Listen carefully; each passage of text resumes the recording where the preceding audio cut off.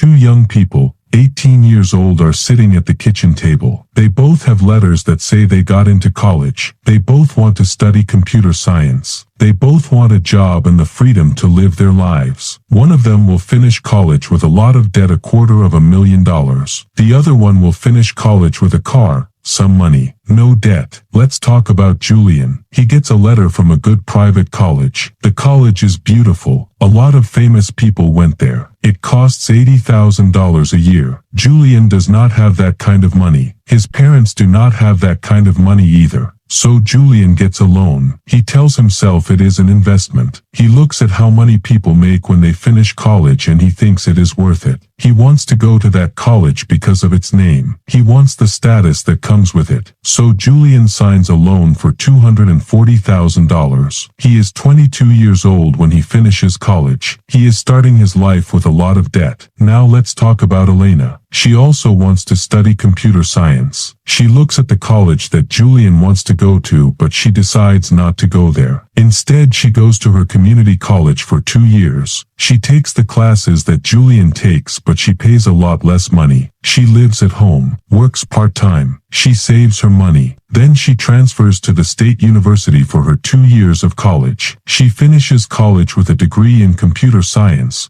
Like Julian, she only pays $42,000 for her whole education. She does not have any debt when she finishes college. When they finish college, both Julian and Elena feel happy and proud. They both get a job at the company. They both make $85,000 a year. They both take home $5,400 a month after taxes. This is where their lives start to be different. Julian gets his loan statement every month. He has to pay $2,400 every month. He is paying for the name of the college, the prestige, and the dorm room he lived in 4 years ago. He only has $3,000 left to pay for his rent, utilities, groceries, and other things. He has to choose an apartment and skip social events with his friends. He is working to pay for his past. He is not building a future. He is on a treadmill that will last for 20 years. Elena, on the hand, has $5,400 every month. She does not have to pay any loans. She pays her rent, buys groceries, and saves $2,000 every month. She invests her money in a fund. She is not paying for her past. She is building her future. After 1 year, Julian's loan balance is still very high. The interest is adding up every day. The bank is making a lot of money from Julian's loan. He only has $1,200 in his emergency fund. He feels stressed every time he looks at his phone. Elena, on the hand, has $24,000 in her investment account. She is not rich. She has options. When they are 25 years old, Julian is still paying his loans. He has refinanced his loan. He still owes a lot of money. He is living paycheck to paycheck. He cannot move to a city for a better job because he is afraid of not having a steady income. He is stuck in his job. Elena, on the hand, has $75,000 in her investment account. She decides to take a break from her job and learn skills. She can afford to do this because she does not have any debt. Julian cannot do this because if he stops working, the interest on his loan will keep adding up. When they are 28 years old, Julian is finally starting to pay off the principal of his loan. He has paid over $100,000 in interest. His net worth is $140,000. He looks at his friends who did not go to a college and he feels regretful. He realizes that his degree did not give him a salary, but it gave him a higher bill. Elena, on the hand, has $180,000 in her investment account. She has been using her debt years to invest her money and make it grow. She is now making an income from her investments. She is not an employee, she is an investor. She has the money to take risks and start her project. She invests in herself without needing to borrow money. When they are 32 years old, the difference between their lives is huge. Julian finally finishes paying off his loan. He is 32 years old. He is finally starting to build his life. He is exhausted. He has lost 10 years of compounding interest. He tries to start saving. He has been living a suppressed lifestyle for so long that he spends all his money as soon as he gets it. He wants to buy a car, go on vacation, and do all the things he missed out on in his 20s. Elena, on the hand, has $450,000 in her accounts. She is on her way to independence by the time she is 40. She is not worried about her job or the economy. She has a safety net that can cover 4 years of living expenses. She has won the game before she even reaches her peak earning years. The difference between Julian and Elena is not about how smart they're, how hard they work.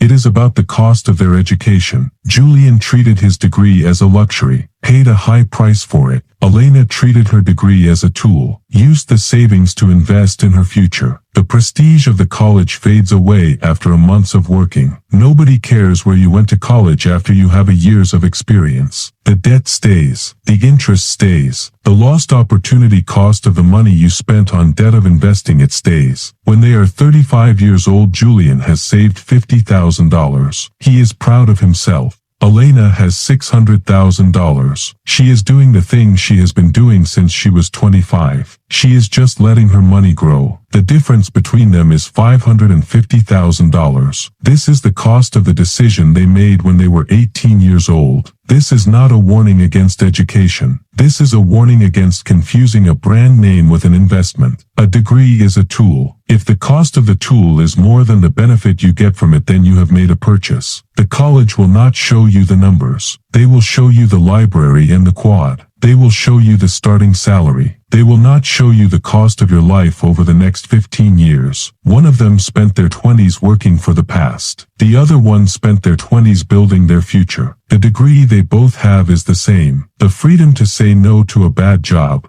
yes to a new opportunity, and goodbye to a job that does not serve them is only owned by the person who did not let the price tag of a name brand define their financial life. The decision was made at 18. It did not feel like a deal at the time. It was a signature on a loan document. That signature carried a compound interest rate that lasted a decade. You are the one who makes that decision. Choose the math, not the status.